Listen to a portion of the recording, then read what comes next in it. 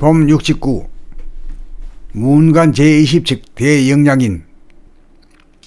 본칙 송원선이 말하기를 대영양인이 무엇 때문에 다리를 들고 일어나지 못하는 고, 또 말하기를 말하는 것이 혀에 있지 아니하리라. 대영양인이란 대장구로 보면 될 것입니다. 이 문제는 생각의 모드에서는 걸리고 감각의 모드에서는 바라보고 알아차릴 수 있을 것입니다. 생각의 모드에서는 일어설 때 다리를 들고 일어선다고 생각하기 쉽지만 감각의 모드에서 보면 다리를 들고서는 일어설 수 없다는 것을 바로 알 수 있습니다. 생각의 모드에서는 말할 때 혓바닥을 놀려야 말한다고 생각합니다. 그러나 감각의 모드로 볼 때는 말할 때 혓바닥을 놀린다는 생각이 없이 말한다는 것을 압니다. 한 가지 문제가 더 있습니다. 깨달은 사람이 왜 발에 매인 붉은 실을 끊지 못하는고, 위 세 가지 문제를 삼전이라고 합니다. 생각의 모드에서는 아는 것을 위주로 하지만 감각의 모드는 아무것도 모르는 옴바보고 되는 길인지라. 생각의 모드에 있는 사람은 감각의 모드로 나아가기를 주저하고 싫어하는 경향이 있습니다. 생각의 모드로 욕계라고 하면 감각의 모드는 색계이고 정신의 모드는 무색계라고 할 수 있습니다. 정신이 육체에 들어 정신이 육체를 거느리고 다스리고 부리고 쓰는 도리에 투철하여야 육체의 속성인 생각이 나라는 착각에서 벗어납니다. 법 69. 문간 제20칙 대영양인.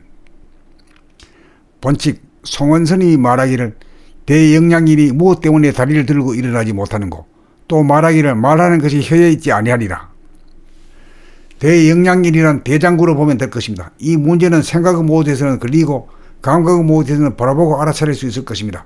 생각의 모드에서는 일어설 때 다리를 들고 일어선다고 생각하기 쉽지만 감각의 모드에서 보면 다리를 들고서는 일어설 수 없다는 것을 바로 알 수 있습니다. 생각의 모드에서는 말할 때 혓바닥을 놀려야 말한다고 생각합니다. 그러나 감각의 모드로 볼 때는 말할 때 혓바닥을 놀린다는 생각이 없이 말한다는 것을 압니다. 한 가지 문제가 더 있습니다. 깨달은 사람이 왜 발에 매인 붉은 실을 끊지 못하는고, 위 세 가지 문제를 삼전이라고 합니다. 생각의 모드에서는 아는 것을 위주로 하지만 감각의 모드는 아무것도 모르는 옴바보고 되는 길인지라. 생각의 모드에 있는 사람은 감각의 모드로 나아가기를 주저하고 싫어하는 경향이 있습니다. 생각의 모드로 욕계라고 하면 감각의 모드는 색계이고 정신의 모드는 무색계라고 할 수 있습니다. 정신이 육체에 들어 정신이 육체를 거느리고 다스리고 부리고 쓰는 도리에 투철하여야 육체의 속성인 생각이 나라는 착각에서 벗어납니다. 법 69. 문간 제20칙 대영양인. 본칙 송원선이 말하기를 대영양인이 무엇 때문에 다리를 들고 일어나지 못하는 고, 또 말하기를 말하는 것이 혀에 있지 아니하리라. 대영양인이란 대장구로 보면 될 것입니다. 이 문제는 생각의 모드에서는 걸리고 감각의 모드에서는 바라보고 알아차릴 수 있을 것입니다. 생각의 모드에서는 일어설 때 다리를 들고 일어선다고 생각하기 쉽지만 감각의 모드에서 보면 다리를 들고서는 일어설 수 없다는 것을 바로 알 수 있습니다. 생각의 모드에서는 말할 때 혓바닥을 놀려야 말한다고 생각합니다.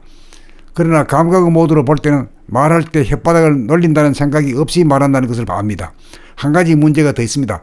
깨달은 사람이 왜 발에 매인 붉은 실을 끊지 못하는고, 위 세 가지 문제를 삼전이라고 합니다. 생각의 모드에서는 아는 것을 위주로 하지만 감각의 모드는 아무것도 모르는 옴바보고 되는 길인지라.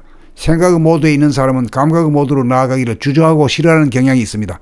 생각의 모드로 욕계라고 하면 감각의 모드는 색계이고 정신의 모드는 무색계라고 할 수 있습니다. 정신이 육체에 들어 정신이 육체를 거느리고 다스리고 부리고 쓰는 도리에 투철하여야 육체의 속성인 생각이 나라는 착각에서 벗어납니다.